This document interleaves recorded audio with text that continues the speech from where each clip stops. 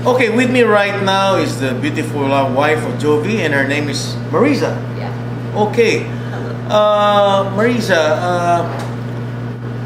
ano yung reason bakit nag-convert ka from yung regular conventional BCD to side mount? Anong reason mo nun? Well, it's because I'm of a smaller frame. It's much easier for me because number one, tanks are heavy. So if you have a back problem and if you're not a very strong person, side mount is easier because you have less of the weight, and then it's not put on your back, so hindi nasa-strain yung likod mo. You can have the tanks brought down to, let's say, if you're gonna have a shore dive, you can drag your tanks going there, and then you can wear the tanks in the water already. Yeah, well actually the first time we did it, on the first dive, I noticed you were on twin tanks. Diba? And I was really amazed. Sabi ko, wow, si Marisa naka-twin tanks. Teki-teki yung dating niya, no? Oh, yeah. So, and then I came closer to you, I realized each tank has its own regulator.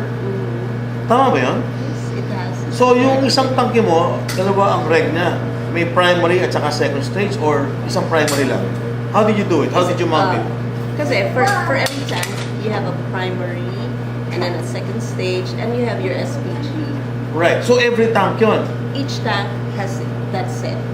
Aha. Bakit, anyway, you have two anyway. Bakit hindi na lang isang primary na lang? Why do you want to have two? So, magiging total of 4 yun. Right? No, not really. Not Because really? if you're going to use twin tanks, one primary, one secondary. Okay, so that's 2. Per tank. Ah, per tank. Yes, per tank. Okay. So, dalawa lang. So, bali, dalawa if you have twin tanks. Yeah, okay.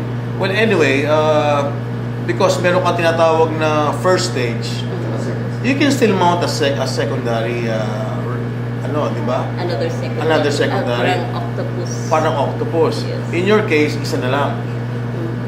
Okay. Now, I noticed the advantage of having 2 tanks is You have mas more air. no. Oh yeah, you have more air. That's the bottom line. Because in diving, you're not supposed to show this sign out of air. Yes. Okay? It's like having a car. Naubusan ka ng gasolina. How can you reach to your destination? Yun ang bottom line. Okay. So you think that you know what a manifold is? Yes. Okay. So what's the difference between a manifold and having 2 tanks without a manifold? What's the basic? Do you feel more comfort in it or what? Well, because in a manifold, the tanks are connected. Okay. Okay, and then it's mounted on your back. All So, right.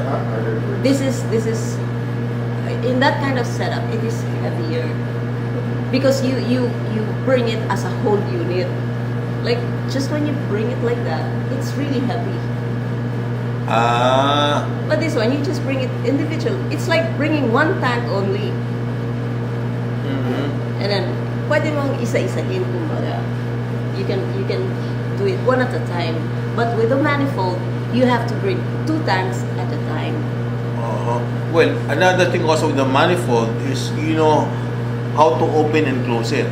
And besides, the manifold also, you have everything is behind you. So everything, you do not see what's behind you. The valves, you just... So Okay. with a side mount, you can see everything here. Naku, maraming magagalit sa atin pag napakinggan sa TV to.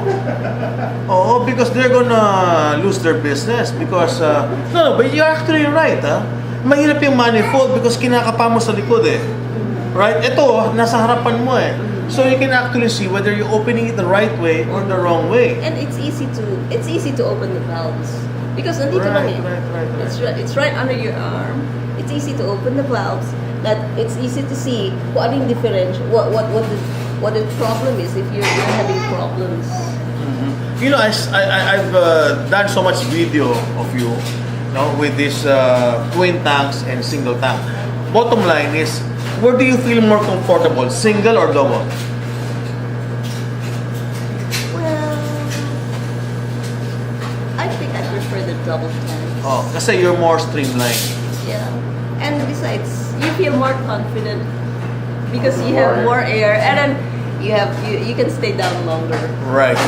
Well, anyway, this is the bottom line of scuba diving. You're not supposed to run out of air. Now, the more air you have, the better. So if you're whether on manifold or twin tanks, that's the safest. When every time they talk about safe diving, nothing can be safer than having double tanks. Yun ang bottom line, right? Sabi na, oh, be safe. But how can you be safe with one tank? Right? If you have two tanks, you'll never run out of air. Okay, so it's now time to get wet and let's go. Scuba diving. Scuba diving.